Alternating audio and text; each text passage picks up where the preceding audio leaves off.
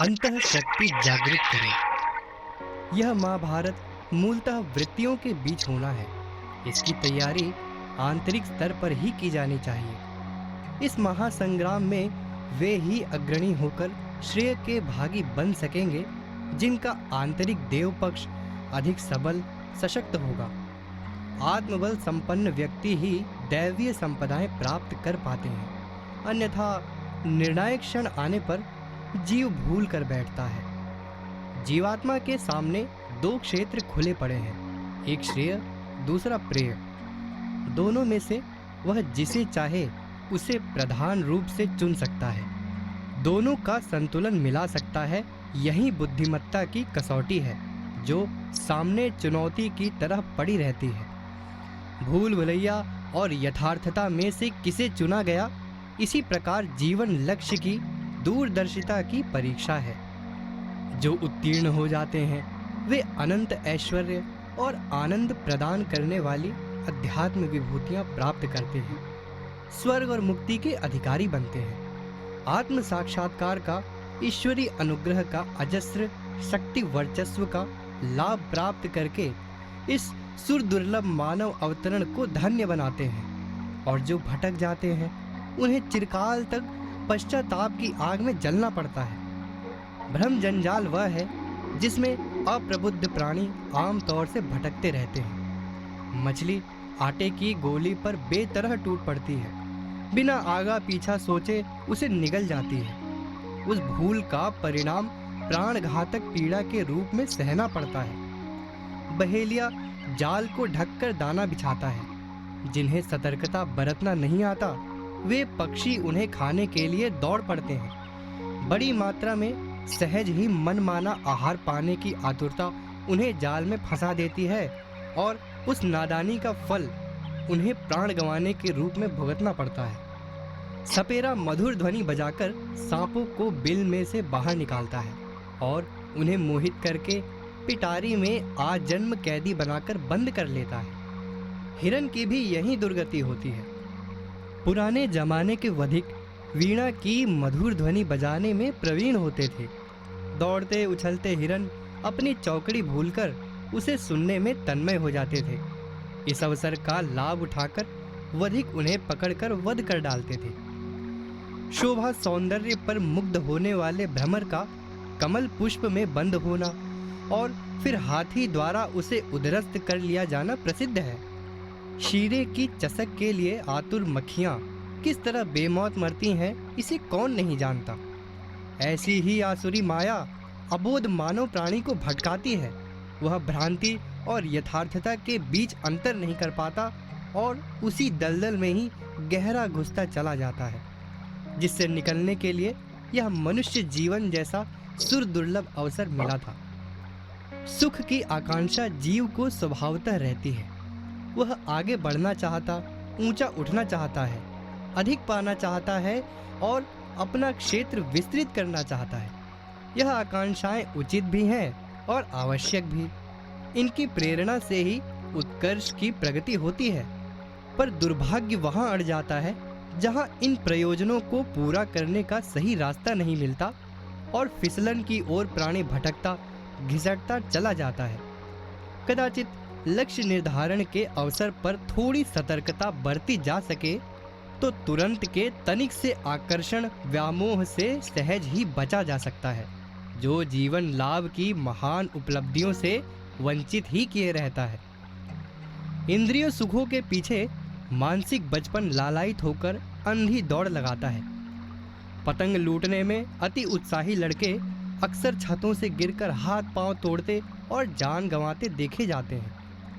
जिनके सामने जीभ का चटोरापन, जननेंद्रिय की खुजली, आलस्य, आराम, सज धज का बचकाना प्रदर्शन, उद्धत अहंकार का पोषण, संपत्ति संग्रह में बड़प्पन का अनुभव, परिवार में अविवेकपूर्ण मोह, विनोद में अति रुचि जैसे प्रसंग ही सब कुछ हैं, उन्हें आत्मिक उत्कर्ष की बात सूझती ही नहीं। सूझती भी हो तो उन्हीं प्रसंगों में इतनी व्यस्तता रहती है कि जीवन लक्ष्य की प्राप्ति के लिए पुरुषार्थ कर सकना संभव ही नहीं रहता। न उसके लिए समय ही बचता, न मनोयोग है। न साधनों को उसके लिए प्रयुक्त करने का उत्साह उमड़ता है।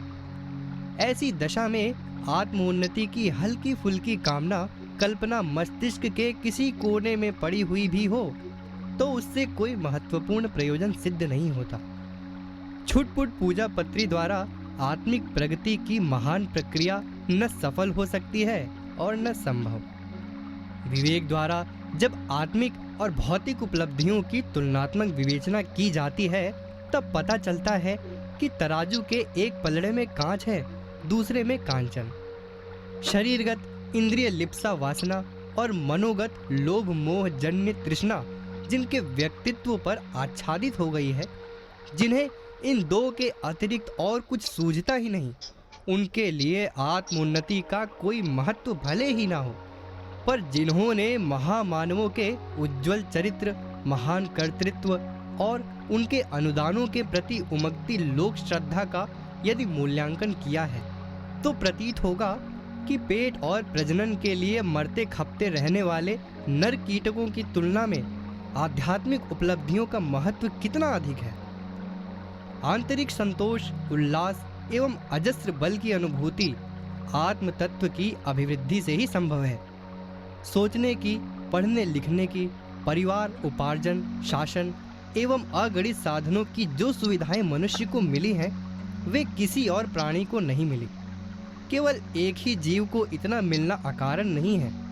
ईश्वर ने मनुष्य को अपने सहायक सहयोगी के रूप में सृजा है और आशा की है कि वह उसकी सृष्टि को सुंदर, समुन्नत, व्यवस्थित बनाने में योगदान करेगा। अन्य प्राणियों में अतिरिक्त जो भी अनुदान है वे मात्र इसी प्रयोजन के लिए हैं, पर यदि उस दिशा से मुंह मोड़ लिया जाए तो अंतरात्मा ईश्वरीय प्रयोजन को पूरा न करने को आत्म प्रताड़ना से निरंतर पीड़ित रहेगी। वह आंतरिक विक्षोभ जीवन की हर दिशा में फूटेगा और हर घड़ी शुद्ध, उद्विग्न, अशांत एवं खिन्न रहना पड़ेगा। इस अंतः विद्रोह को रोग, शोक, दारिद्र्य, विक्षोभ, क्लेश, कलह, असंतोष, अनाचार के रूप में फूटता हुआ देखा जा सकता है। प्रचुर संपदा और सुख साधन होते हुए भी मनुष्य तब तक सुखी नहीं रह सकता जब तक वह जीवन लक्ष्य को पहचाने नहीं और अपनी दिशा जीवनोद्देश्य की पूर्ति के लिए निर्धारित न करे। विवेक का उदय होते ही मनुष्य अपने आप को एक ऐसे चौराहे पर खड़ा पाता है जहां उसे दिशा निर्धारण करने की आवश्यकता अनुभव होती है। हवा के साथ उड़ते हुए पत्ते की तरह जहां परिस्थितियां ले जाए वहीं पहुंचना अपरिपक्वता का चिन्ह है। किधर चलना चाहिए, क्या करना चाहिए, क्या बनना और क्या पाना चाहिए, इन प्रश्नों का हल स्वतंत्र चेतना से, दूरदर्शी विवेक बुद्धि के साथ किया जाना चाहिए। लोग क्या कहते हैं और क्या करते हैं, यदि इस आधार पर अंधानुकरण भर करते रहा गया तो समझना चाहिए कि सुरदुर्लभ अवसर के साथ मखौल करने वालों की पंक्ति में अपने को भी खड़ा किया जा रहा है। भौतिकवादी जीवन लक्ष्य अपनाने वाला घोर परिश्रम और अनीति आचरण करने के उपरांत थोड़ी सी संपत्ति एवं सत्ता उपार्जित कर सकता है, पर दुर्बुद्धि उसका सदुपयोग नहीं करने देती। फलतः प्राप्त संपदाएं अगणित उलझनें उत्पन्न करती हैं और वे इतनी जटिल होती हैं कि उनका हल करने के असफल प्रयास में अपने को ही गंवा गला देना पड़ता है। इंद्रिय लिप्सा बिजली की चमक जैसी कौंधती है और भोग को प्राप्त हो विलीन हो जाती है। कामनाएं जब तक पूरी ना हो तब तक वे बहुत आकर्षक लगती हैं, पर जैसे ही वे प्राप्त हुई कि नीरस लगने लगी। न कोई वासनाएं भोगने से तृप्त हुआ और न किसी को तृष्णा से संतोष हुआ। यह एक प्रकार की अग्नियां हैं जो मनुष्य को केवल जलाती ही रहती हैं। आग में घी डालने से वह बुझती नहीं, भड़कती ही है। विषय भोगों से लेकर वैभव वर्चस्व तक जिसे जितनी अधिकता प्राप्त होगी वह उतना ही अतृप्त और उतना ही अशांत दिखाई पड़ेगा। लोभ और मोह में अंधा हुआ मनुष्य प्राप्त करने में तो एक हद तक सफल हो जाता है, पर उसे सदुपयोग करना तनिक भी नहीं आता। फलतः संपदाएं उसे शूलती हूलती रहती हैं और उत्तराधिकारियों के लिए हराम की कमाई के साथ जुड़ी रहने वाली विपत्तियों की मेघमाला सिद्ध होती है। जो प्राप्त करना था उससे विमुख रहा गया और पापों की भारी पोटली लादकर अंधकारमय भविष्य की ओर प्रयाण किया गया। यही है भौतिक जीवन की उपलब्धि। भूसी कूटने पर मिलता कुछ नहीं, कूटने वाले के हाथ में छाले भर स्मृति चिन्ह रह जाते हैं। वासना और तृष्णा की मृग मरीचिका में भटकने वाले को मिलता कुछ नहीं। सुर दुर्लभ अवसर को कृमि कीटकों की तरह गवा देने का पश्चाताप भर शेष रहता है। इतना ही नहीं, साथ ही पाप पोटली के फल भुगतने के लिए चिरकाल तक चलने वाली नारकीय यंत्रणा भी गले बंध जाती है। इसी भौतिक जीवन को जिया जाए तो कहना न होगा कि बुद्धिमान कहलाने वाले ने अबुद्धिमत्ता की रीति नीति अपनाई। समझदारी का तकाजा यह है कि शरीर और मन के खिलौनों को सजाने रिझाने में ही सारी शक्ति खर्च न कर दी जाए, वरन अपने आप के हित अनहित पर भी कुछ विचार किया जाए और आत्मसंतोष की, आत्मनिर्माण की, आत्म कल्याण की भी बात सोची जाए। इस तथ्य पर अधिकतम गहराई से विचार कर सकना इस बात का चिन्ह है कि प्रज्ञा का प्रकाश हो चला, सद्बुद्धि उदय हुई और आत्म ज्योति का आलोक उभरा। जीवन संपदा का उपयोग दो ही दिशा में होता है। एक को तमसाच्छन्न भौतिक आसुरी कहते हैं और दूसरे को ज्योतिर्मय आत्मिक दैवी कहा जाता है। इनमें से किसे अपनाया जाए, किस मार्ग पर चला जाए, इसका निर्णय करने में प्रत्येक मनुष्य पूर्णतया स्वतंत्र है। हाँ, वह अपने निर्णय के भले बुरे परिणाम से नहीं बच सकता। इस संदर्भ में वह पराधीन है। विष खाना या अमृत पीना अपनी इच्छा पर निर्भर है, पर जब वह कदम उठा लिया गया तो मृत्यु या अमरता की प्रतिक्रिया से बचा नहीं जा सकता। यदि क्रिया और प्रतिक्रिया की अविच्छिन्नता को समझकर चला जाए तो फिर रुदन क्रंदन के लिए विवश होने की आवश्यकता न पड़े। सन्मार्ग पर चलकर ही सुखद परिणाम संभव है। सद्बुद्धि के सहारे ही आंतरिक संतोष एवं आनंद मिल सकता है। इस आस्था का नाम ही आस्तिकता है। नास्तिकता इस विश्वास का नाम है कि दुर्भावनाओं और दुष्प्रवृत्तियों की रीति नीति अपनाकर भी उसके दुखद प्रतिफल से बचा जा सकता है। स्वतंत्र चेतना की प्रशंसा इस बात में है कि वह देवपथ का वर्ण करे और महान बनने की आकांक्षा प्रदीप्त करके आत्मवादी रीति नीति अपनाने के लिए साहस पूर्वक अग्रसर हो। अंततः यही निर्णय सर्वोपरि बुद्धिमत्ता का चिन्ह सिद्ध होता है। जिन्होंने देवपथ चुना उन्हीं ने जीवन लक्ष्य की पूर्ति के साथ जुड़े हुए अजस्र आनंद का लाभ लिया है। यह एक भयावह भ्रांति है कि जीवन लक्ष्य की पूर्ति छुटपुट पूजा पाठ करने या धार्मिक कर्मकांडों की लकीर पीट लेने से ही हो सकती है। साधना उपासना भी एक सीमा तक ही इस प्रयोजन में सहायक हो सकती है। स्पष्ट है कि उपासनात्मक उपचारों को साधन कहा जाता है, साध्य नहीं। साध्य है आत्मोत्कर्ष और उसके लिए चिंतन एवं कर्तृत्व से प्रखर परिष्कृति का समावेश। जीवन लक्ष्य इसी का दूसरा नाम है। स्वर्ग मुक्ति इसी के प्रतिफल है। आत्म साक्षात्कार एवं ईश्वर दर्शन इस मनः स्थिति का नाम है। यदि अंतरंग और बहिरंग व्यक्तित्व को उत्कृष्टता की रीति नीति के साथ जोड़ा न जा सके तो समझना चाहिए कि भजन पूजन के सारे क्रियाकलाप बाल क्रीड़ा जैसे निरर्थक और उपहासास्पद ही सिद्ध होंगे। आत्मवादी जीवन क्रम का आरंभ यहाँ से होता है कि हम काय कलेवर और कूटस्थ आत्मा की भिन्नता समझें और उनके स्वार्थों का वर्गीकरण करना सीखें। माया मोहित अज्ञानी जीव अपने आप को शरीर एवं मन से विनिर्मित काय कलेवर मात्र मानकर चलता है। अपने शुद्ध बुद्ध रूप को एक प्रकार से पूर्णतया भूला रहता है। इंद्रियों की वासना, मन की तृष्णाएं ही उसे जीवन लक्ष्य प्रतीत होती हैं। आकांक्षाएं, संपत्ति संग्रह, अहंकार के पोषण और कुटुंबियों के व्यामोह में ये इतनी घुली रहती हैं कि और कुछ सोचने के लिए न मन को उत्साह रहता है, न शरीर को अवकाश। जब अहम का स्वरूप ही विस्मृत हो गया और कलेवर को ही आपा मान लिया गया, तो स्वभावतः शरीर की वासना और मन की तृष्णा ही जीवन क्रम पर आच्छादित रहेगी। आत्मचिंतन, आत्मसुधार, आत्मनिर्माण, आत्मविकास की बात तब सूझेगी ही नहीं, और सूझेगी भी तो अत्यंत फूहड़ ढंग से। आत्मवाद का अर्थ पूजा पाठ को सीमित कर देना, उसमें जीवन के समग्र परिष्कार की आवश्यकता को अविच्छिन्न न मानना एक प्रकार से पहले सिरे की भ्रांति है। शारीरिक स्वस्थता के लिए व्यायाम का भी अपना स्थान है, पर आहार विहार की मर्यादाओं का उल्लंघन करके कोई चाहे कि हम मात्र व्यायाम के सहारे बलवान बन सकते हैं, तो यह उसकी भूल है। व्यायाम अपने आप में कितना ही महत्वपूर्ण क्यों ना हो, पर वह समग्र नहीं है। जब तब एक प्रकार के आध्यात्मिक व्यायाम हैं, वे करने ही चाहिए, पर यह न भूल जाना चाहिए कि चिंतन और कर्तव्य की महत्ता आहार विहार से भी बढ़कर है।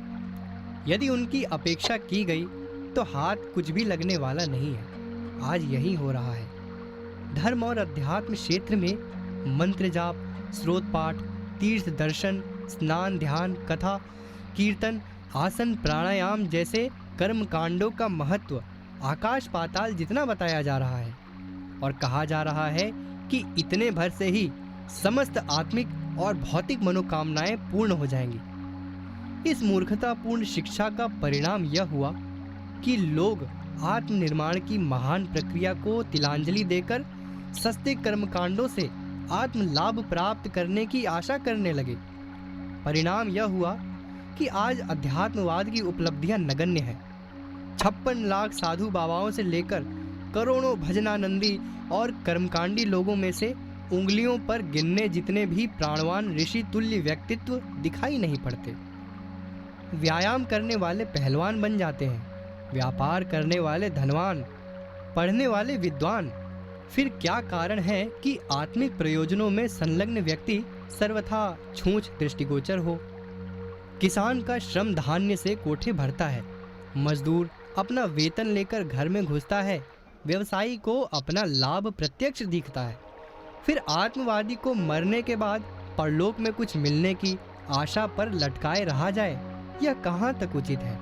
वस्तुतः अध्यात्म संसार का सबसे बड़ा लाभदायक व्यापार है। उसे जिसने अपनाया वह महामानव बना। लोक श्रद्धा उस पर निछावर हुई, संपदा और सफलता उसके पीछे पीछे छाया की तरह फिरी।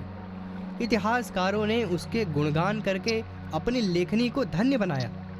असंख्य भूले भटकों ने उसके प्रकाश में अपना पथ प्रशस्त किया। स्वयं का अंतःस्थल दिव्य विभूतियों से इतना ओतप्रोत रहा कि उपलब्ध आनंद को दोनों हाथों से चारों ओर उलीच कर संपर्क क्षेत्र को चंदन वन जैसा सुरभित बनाया। आज ऐसे आत्मवादी व्यक्तित्व ढूंढे नहीं मिलते। इसका एकमात्र कारण वह भ्रांत दर्शन है जिसने लोगों को पूजा परक कर्मकांडों को सब कुछ बताया है। काश लोगों ने अध्यात्म का यथार्थ स्वरूप समझा होता और उन्हें वास्तविकता समझाई गई होती, तो 1 रुपए की लॉटरी का टिकट खरीदकर लखपति बनने के सपने देखने वाले शेख चिल्ली शायद इस तरह भेड़िया धसान न मचाते। तब शायद आज का कागज के बने गगनचुंबी रावण की तरह धम घटाटोप भी दिखाई न पड़ता। जो कुछ थोड़ा बहुत रह जाता उसमें शक्ति होती, और उतनी सी छोटी चिंगारियां भी बहुत कुछ कर गुजरने की भूमिका संपादित कर रही होती। हमें 1000 बार समझना चाहिए और लाख बार समझाना चाहिए कि अध्यात्मवाद जीवन नीति को ही कहते हैं। पूजा उपासना उसका शोभा श्रृंगार मात्र है। इस दिशा में आज तक जिनने भी कुछ कहने लायक प्रगति की है, उन्होंने अनिवार्य रूप से आत्मबोध, आत्मशोधन और आत्म परिष्कार की प्रक्रिया पूरी की है। हमें यदि खिलवाड़ का ही शौक हो तो हम तंत्र मंत्रों के विधि विधान में सीमित रह सकते हैं। यदि कुछ पाना हो तो कदम आगे बढ़ाने ही होंगे। कहा जा चुका है कि आत्मबल संपादन के लिए, आत्मिक प्रगति के लिए पहला कदम आत्मबोध के रूप में उठाया जाना चाहिए। यह समझा ही नहीं, अनुभव भी किया जाना चाहिए कि शरीर और मन हमारे वाहन उपकरण मात्र हैं। अपना यथार्थ स्वरूप आत्मा है।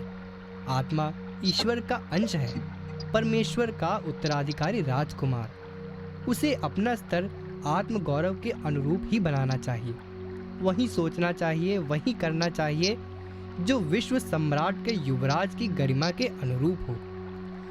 आत्मा के स्वार्थ, आत्मा के कर्तव्य नर पशुओं के स्तर के नहीं हो सकते।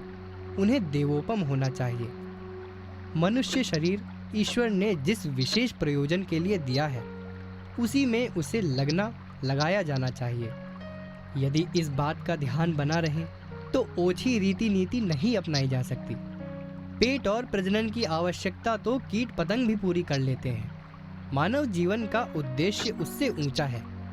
यह बात समझ ली जाए तो शरीर और मन को वाहन उपकरण की तरह सन्मार्ग पर चलने के लिए सहायक के रूप में प्रयुक्त किया जाएगा। उनकी गुलामी करके लोभ मोह की घिनौनी कीचड़ में फंसते जाने से साहस पूर्वक इनकार किया जाएगा। आत्म भूमिका में जागृत व्यक्ति विनाश के गर्त में गिरने के लिए दौड़ी जा रही अंधी भेड़ों के पीछे नहीं चलता, वरन अपने दूरदर्शी यथार्थवादी विवेक चिंतन के आधार पर अपना मार्ग निर्धारण स्वयं करता है और स्वयं ही अपने साहस के बलबूते उस दिशा में चल पड़ने का साहस बटोरता है। वह जानता है कि मार्गदर्शन तो जीवित या दिवंगत महामानवों से ही ग्रहण किया जाना चाहिए। नर पशु तो कितनी ही बड़ी संख्या में क्यों ना हो, भले ही वे अपने स्वजन संबंधियों में ही भरे पड़े हों, दया के पात्र हैं। उन्हें तो प्रकाश दिया जाना चाहिए, भटकने से बचाकर रास्ते पर लाया जाना चाहिए। किंतु संपर्क निकटता के कारण उन्हें यह अधिकार नहीं दिया जाना चाहिए कि उच्च आदर्शों से गिराकर निरुद्देश्य जीने वाले नर कीटकों के रास्ते पर चलने के लिए बाध्य विवश करें। जीवन के अध्यात्मवादी क्षेत्र में प्रवेश करने वाले को आत्मबोध का प्रकाश ग्रहण करना चाहिए। निरंतर यह विचार करना चाहिए कि वह स्वयं क्या है, क्यों है, किस रीति नीति को अपनाने में अपनी भलाई है। विवेकशीलता, दूरदर्शिता और यथार्थता को अपनाने का साहस आत्मबोध की एकमात्र देन है। जिसे अपने आपे का ज्ञान हो गया, वह अज्ञानग्रस्त भीड़ का नेतृत्व अस्वीकार करेगा। प्रचलित परंपराओं और मान्यताओं से नहीं, वरन उच्च आदर्शों से ही प्रभावित होगा। उन्हें ही स्वीकार अंगीकार करेगा। अपने को अल्प मत में पाने की उसे चिंता नहीं होती और न इसकी परवाह रहती है कि कोई उसका उपहास करता है या स्तवन। न वह विरोध को देखता है न समर्थन को। मात्र उसे उच्च आदर्श के लिए जीवन संपदा को नियोजित करने की चिंता होती है और इस प्रयोजन को वह विरोध अवरोध की घनघोर घटाओं को चीरता हुआ भी पूरा करके रहता है। आत्मबल संपन्न महामानवों में से हर किसी को इस प्रथम परीक्षा में होकर गुजरना पड़ता है। जिसे आत्मबोध हो गया, वह इस दिशा में प्रयाण करता हुआ ही दिखाई देगा। आत्मबोध को आत्मबल के रूप में देखा परखा जा सकता है। आत्मबल जितनी मात्रा में उदय होता जाता है, उतने ही उसके प्रयास आत्मनिर्माण की दिशा में अग्रसर होते हैं। जन्म जन्मांतरों के कुसंस्कार, आज के घिनौने वातावरण, दुष्प्रवृत्तियों के प्रवाह अंधड़ ने अपनी मनोभूमि को भी आच्छादित कर रखा हो, यह नितांत स्वाभाविक है। सुधार यहीं से आरंभ होता है। निर्माण का प्रथम केंद्र यही है। संसार को सुखी, समुन्नत और सुंदर बनाने का शुभारंभ अपने को सुधारने की प्रक्रिया के साथ आरंभ करना होता है। जीवन साधना निशुद्ध रूप से एक संग्राम है, जिसे लड़े बिना आगे बढ़ने का कोई उपाय नहीं। गीता के कृष्ण महाभारत के अर्जुन को गांडीव उठाने के लिए ललकारते हैं, स्वयं 5 जन्य बजाकर युद्ध घोषणा करते हैं। यह एक ऐतिहासिक प्रसंग नहीं, वरन हर आत्मवादी को अनिवार्य रूप से अपनाने के लिए प्रस्तुत ईश्वरीय मार्गदर्शन है। अपने कुसंस्कारों को, अवांछनीय आचरणों को, कुत्सित आकांक्षाओं को, मूढ़ विश्वासों को, भ्रष्ट अभ्यासों को बारीकी से ढूंढना खोजना पड़ेगा और उसकी सूची बनानी पड़ेगी। इन मल आवरण विक्षेपों से कैसे निपटा जाए, उन्हें निरस्त कैसे किया जाए, इसकी समग्र एवं सुव्यवस्थित योजना तैयार करनी होगी। अंतरंग पर अधिकार किए बैठे 100 कौरवों से निपटने के लिए 5 पांडवों को जो करना पड़ा, उसी में अपने मन, बुद्धि, चित्त, अहंकार और शरीर रूपी 5 योद्धाओं को जुटाना पड़ेगा। जिस किसी के भी आत्मा में जब कभी भी परमात्मा का प्रकाश आता है, तब उसे महाभारत करने के अतिरिक्त और कुछ सूझना ही नहीं, आत्म परिष्कार उसका प्रथम कर्तव्य हो जाता है। जिन मान्यताओं और गतिविधियों में अवांछनीयता अनुभव की जाए, उसके कारण हो सकने वाली हानियों का सविस्तार चिंतन करना चाहिए और उन्हें डायरी में नोट कर लेना चाहिए। इसी प्रकार व्यक्तित्व में घुसी हुई दुर्भावनाओं और दुष्प्रवृत्तियों को त्याग देने पर जो अपना परिष्कृत स्वरूप निखरेगा, उसकी देव प्रतिमा ज्ञान चक्षुओं के सम्मुख प्रस्तुत करनी चाहिए। दिव्य जीवन कितनी सिद्धियों और विभूतियों से संपन्न होता है, उसका सुंदरतम चित्र गढ़ना चाहिए और उसमें अपने को घुलाकर यह सोचना चाहिए कि जब हम उस दिव्य स्थिति में होंगे तो अपने लिए कितनी शांति अर्जित करेंगे और अपने संपर्क को किस दिव्य आलोक से प्रकाशित करेंगे। इस प्रकार का चिंतन आंतरिक महाभारत की सफलता का पथ प्रशस्त करता है। अवांछनीयता के दुष्परिणामों पर, सत्प्रवृत्तियों के सत्परिणामों पर, जिनका तर्कपूर्ण, तथ्यपूर्ण उदाहरण सहित भाव सिक्त चिंतन जितनी गहराई के साथ किया जाएगा, उतना ही यथार्थवादी दृष्टिकोण परिष्कृत होगा और आत्मशोधन की दिशा में योजनाबद्ध रूप से बढ़ चलना ही संभव हो जाएगा। मन मानता नहीं, बलपूर्वक मनाया जाता है। बैल को, घोड़े को जिस तरह ठीक तरह काम करने का अभ्यास कराया जाता है और सख्त चुस्त व्यवहार किया जाता है, उसी तरह मन से भी बरतना पड़ता है। साधना, तपस्या, तितीक्षा इसी का नाम है। अपनी आकांक्षाओं, अभिरुचियों और आदतों को परिष्कृत करने के प्रयास ही आत्म सुधार या आत्मनिर्माण कहलाते हैं। साधना समर में विजय प्राप्त वीर व्रती ही आत्मोत्कर्ष की मंजिल पूरी करते हैं। आत्म विकास जीवन लक्ष्य प्राप्ति की तीसरी मंजिल है। अपनी लिप्सा लालसा में निमग्न रहना, प्रजनन आकर्षण के फल स्वरूप जिन स्त्री बच्चों के साथ मोह जुड़ गया है, उन्हीं के लिए मरते खपते रहना, यही है संकीर्ण स्वार्थपरता का अवरुद्ध जीवन। इसी को भवबंधन कहते हैं। मायाबद्ध जीव की दयनीय दुर्दशा का जो चित्रण किया गया है, उसे इतनी बाधित जीवन की दुखद प्रतिक्रिया समझना चाहिए। मुक्ति का अर्थ है लोभ और मोह से, स्वार्थ और संकीर्णता से, तृष्णा और वासना से छुटकारा। इसके लिए तत्ववेत्ताओं ने भक्ति भाव का, प्रेम प्रकाश का, सेवा साधना का मार्ग बताया है। उदारता, करुणा, आत्मीयता का विस्तार जब होता है तो स्वभावतः दूसरों का दुख अपना दुख प्रतीत होता है और दूसरों के सुख में अपने सुख की अनुभूति होती है। ऐसी मनः स्थिति में व्यापकता और उदारता की मात्रा बढ़ती चली जाती है। आत्मविस्तार के साथ अपने पराये का भेदभाव मिटता जाता है और वसुधैव कुटुंबकम का आदर्श व्यवहार में अधिकाधिक प्रविष्ट होता चला जाता है। तब मनुष्य को स्वार्थी न रहकर परमार्थी बनना पड़ता है, अपने विलास वैभव पर नियंत्रण करना पड़ता है और परिवार के लिए उतना ही करना पर्याप्त लगता है जो कर्तव्य की मांग है। परिवार को सुयोग्य बनाया जाए ठीक है, पर उनके लिए धन संपदा छोड़कर मरना अपनी शुद्रता का परिचय देना है। इससे उत्तराधिकारी हरामखोर और व्यसनी बनते हैं। औलाद को श्रमजीवी बनने देना चाहिए।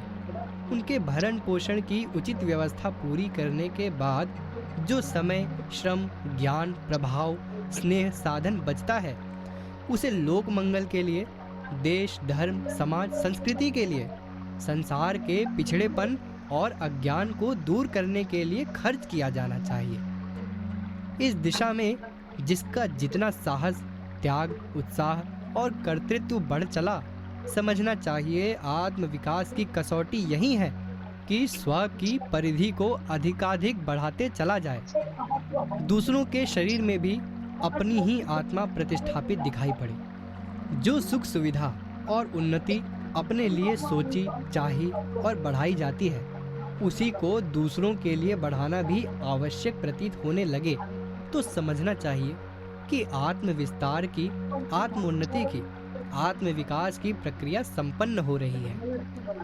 आत्मबोध, आत्मनिर्माण और आत्म विकास की त्रिविध आत्मोत्कर्ष प्रक्रिया अपनाने के लिए जो साधना करनी पड़ती है, उसका क्रम अहर्निश चलता है। जागने से लेकर सोने का प्रत्येक क्षण इस प्रयास में लगाना पड़ता है कि चिंतन में उत्कृष्टता का और कर्तृत्व में आदर्शवादिता का परिपूर्ण समावेश रहे। अपनी कोई भाव तरंग उच्च गौरव से गिरी पिछड़ी ना रहे। अपनी कोई हलचल ऐसी ना हो जो ईश्वर के पुत्र की गरिमा के माथे पर कलंक कालिमा लगाए। उचित अनुचित का, श्रेय और प्रिय का निरंतर अंतर करते रहने वाली, सन्मार्ग पर अग्रसर करने वाली ऋतंभरा प्रज्ञा को जिन्होंने सर्वोपरि प्रतिष्ठा प्रदान की है, वस्तुतः वे ही आत्मज्ञानी हैं। आत्मोत्कर्ष उन्हीं का हो सकता है जिन्होंने अपने सोचने और करने की समस्त हलचलों में उच्च स्तरीय तत्व दर्शन का समावेश कर सकने में सफलता प्राप्त की है। इस महान प्रयास में पूजा उपासना भी एक अंग है। भोजन में नमक शक्कर का जितना स्थान है, उतना ही मूल्य जप भजन का भी है। क्षुधा तो आहार से पूरी होती है। आत्म कल्याण तो जीवन साधना की तत्परता पर निर्भर रहता है। हमें आत्म कल्याण की राह ढूंढनी चाहिए, आत्मबल संपादित करना चाहिए और आत्म प्राप्त के अजस्र आनंद का लाभ लेकर मानव जीवन को धन्य बनाना चाहिए।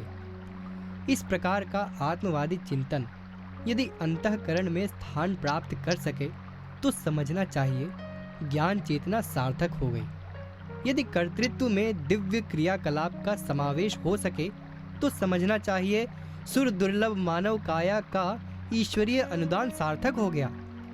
असत से सत की ओर, अंधकार से प्रकाश की ओर, मृत्यु से अमृत की ओर यदि हम चल सके तो ही जीवन की महान उपलब्धि को धन्य माना जा सके।